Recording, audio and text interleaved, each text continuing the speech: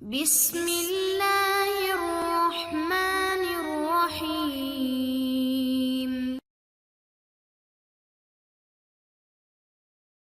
ایک دفعہ خلیفہ ہارون الرشید حج کے لیے مکہ معظمہ گیا۔ مینا میں قیام کی پہلی رات تھی۔ اس کا وزیر فضل بن ربیع رات گئے تک خیمہ میں اس کے ساتھ بیٹھا رہا، پھر ہارون الرشید سے اجازت لے کر اپنے خیمہ میں چلا گیا۔ خوب راحت کے مزے لینے لگا۔ تھوڑی دیر بعد اس نے اچانک سنا کہ کوئی اس کا خیمے کا دروازہ کھٹکھٹا رہا ہے۔ اٹھ کر باہر آیا تو ہارون الرشید کو کھڑے پایا۔ فضل نے زمین ادب چوم کر کہا، امیر المومنین نے اس وقت کیسے تکلیف فرمائی ہے؟ حضور حکم دیتے یہ غلام خود در دولت پہ حاضر ہو جاتا۔ الرشید نے کہا، اس وقت میرا دل کسی مرد کامل کی زیارت کا متمنی ہے، مجھے کسی ایسے بزرگ کے پاس لے چل۔ فضل نے عرض کی کہ یہاں قریب ہی سفیان بن عیینہ مقیم ہے، اگر آپ پسند فرمائیں تو ان کے ہاں چلے۔ ہارون الرشید نے کہا، ہاں وہیں پہ چلتے ہیں۔ دونوں سفیان بن عیینہ کی قیامگاہ پر چلے۔ فضل نے دروازہ پر دستک دی۔ سفیان نے پوچھا، کون؟ فضل نے کہا، امیر المومنین تشریف لائے ہیں۔ سفیان جلدی سے باہر نکلے اور بولے، امیر المومنین مجھے پیغام بھیجتے میں خود آ جاتا۔ ہارون کچھ دیر ان کے ساتھ گفتگو کرتا رہا۔ چلنے لگا تو پوچھا، کسی چیز کی ضرورت ہو تو ارشاد فرمائیے۔ سفیان نے کہا، میرے سر پر قرض ہے۔ ہارون الرشید نے فضل کو حکم دیا کہ ابو محمد کا قرض فوراً ادا کرنے کا انتظام کرو۔ پھر دونوں وہاں سے چل پڑے۔ اثنائے راہ میں ہارون الرشید نے فضل سے کہا، میرے دل کا اطمینان حاصل نہیں ہوا، کسی دوسرے مرد خدا کے پاس چلو، دل کی مراد پوری نہیں ہوئی، چلو کسی اور کے پاس چلیں۔ فضل نے عرض کی، امیر المومنین اس طرف فضیل بن عیاض مقیم ہے۔ ہارون الرشید نے کہا، تو آؤ اب انہی کے پاس چلتے ہیں۔ دونوں حضرات وہاں چل پڑے۔ اس وقت وہ نماز پڑھ رہے تھے۔ جب فارغ ہو گئے تو فضل نے دروازے پر دستک دی، پوچھا، کون ہے؟ فضل نے جواب دیا، امیر المومنین تشریف لائے ہیں۔ فضل نے اندر سے ہی فرمایا، یا امیر المومنین کا کیا کام؟ ان سے کہو تشریف لے جائیں اور میرے مشاغل میں مخل نہ ہو۔ فضل نے کہا، سبحان اللہ، کیا صاحب امر خلیفہ کی اطاعت آپ پر واجب نہیں ہے؟ فضل نے جواب میں فرمایا، میری اجازت تو نہیں ہے، ہاں حکومت کے زور پر اندر آنا چاہتے ہو تو تمہاری مرضی۔ یہ کہہ کر انہوں نے دروازہ کھول دیا، ساتھ ہی چراغ گل کر دیا تاکہ ہارون الرشید کا چہرہ دکھائی نہ دے۔ ہارون الرشید فضل دونوں خیمہ کے اندر داخل ہو گئے۔ گھپ اندھیرے میں فضیل کو ڈھونڈنے لگے۔ اچانک ہارون الرشید کا ہاتھ فضیل کے ہاتھ سے مس ہو گیا۔ انہوں نے فرمایا، کیا ہی نرم ہاتھ ہے، یہ ہاتھ کتنا خوش نصیب ہوگا اگر قیامت کے دن دوزخ کی آگ سے محفوظ رہے۔ ہارون الرشید نے کہا، اللہ آپ پر رحمت کرے، ہمیں کوئی نصیحت فرمائیے۔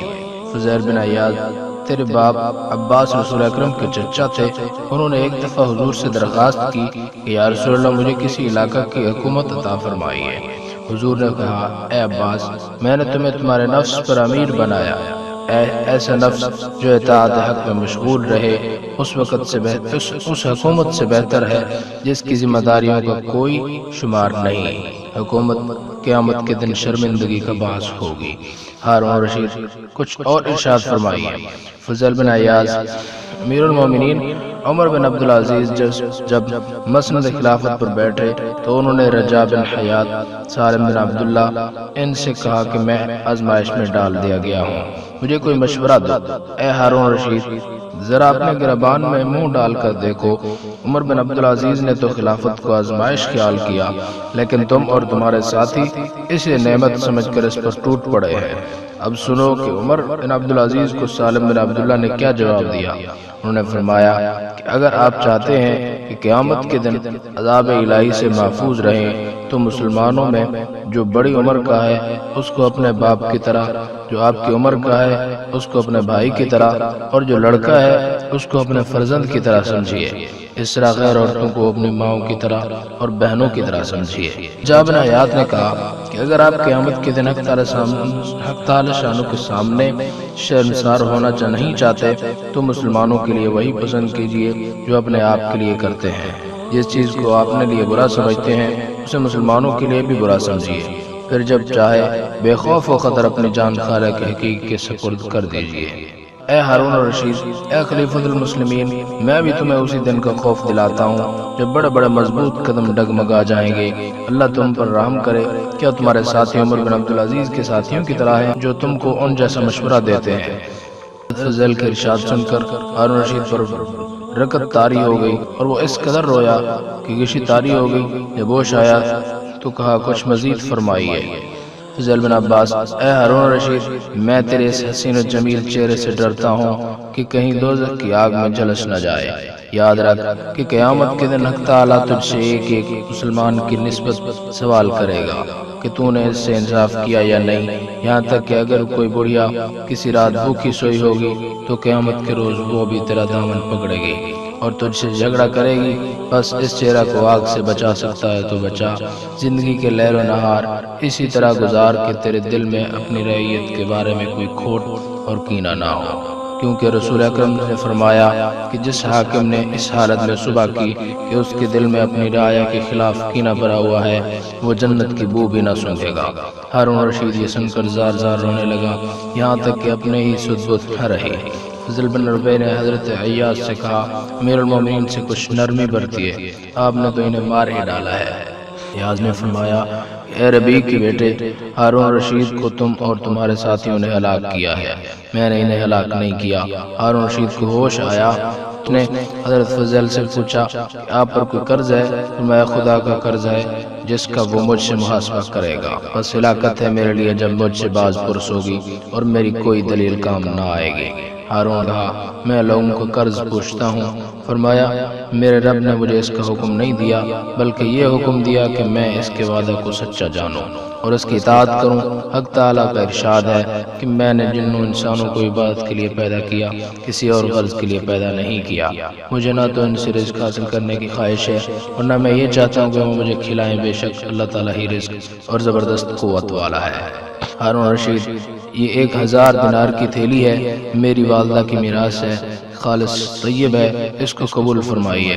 فضل نے فرمایا، افسوس میری تمام نصیحتیں رائے گاں گئیں اور تم نے ان کو دل میں جگہ نہ دی۔ یہ مال اس کو دو جس کو اس کی ضرورت ہے، لیکن تم اس کو دیتے ہو جس کو اس کی ضرورت نہیں ہے۔ مجھ پر ظلم نہیں تو کیا ہے؟ میں تجھے نجات دلانا چاہتا ہوں اور تو مجھے ہلاکت میں ڈالنا چاہتا ہے۔ فضل بن ربیع کہتا ہے کہ پھر حضرت فضل خاموش ہو گئے، ہم دونوں سلام کر کے ان کی قیامگاہ سے باہر آ گئے۔ راستے میں امیر المومنین نے مجھ سے مخاطب ہو کر کہا، دیکھا مردان حق ایسے ہوتے ہیں، آئندہ جب میں تم سے کہوں کہ کسی مرد خدا کے پاس لے چلو تو تم اس قسم کے فضل بن عیاض جیسے مردوں کے پاس لے جایا کرو۔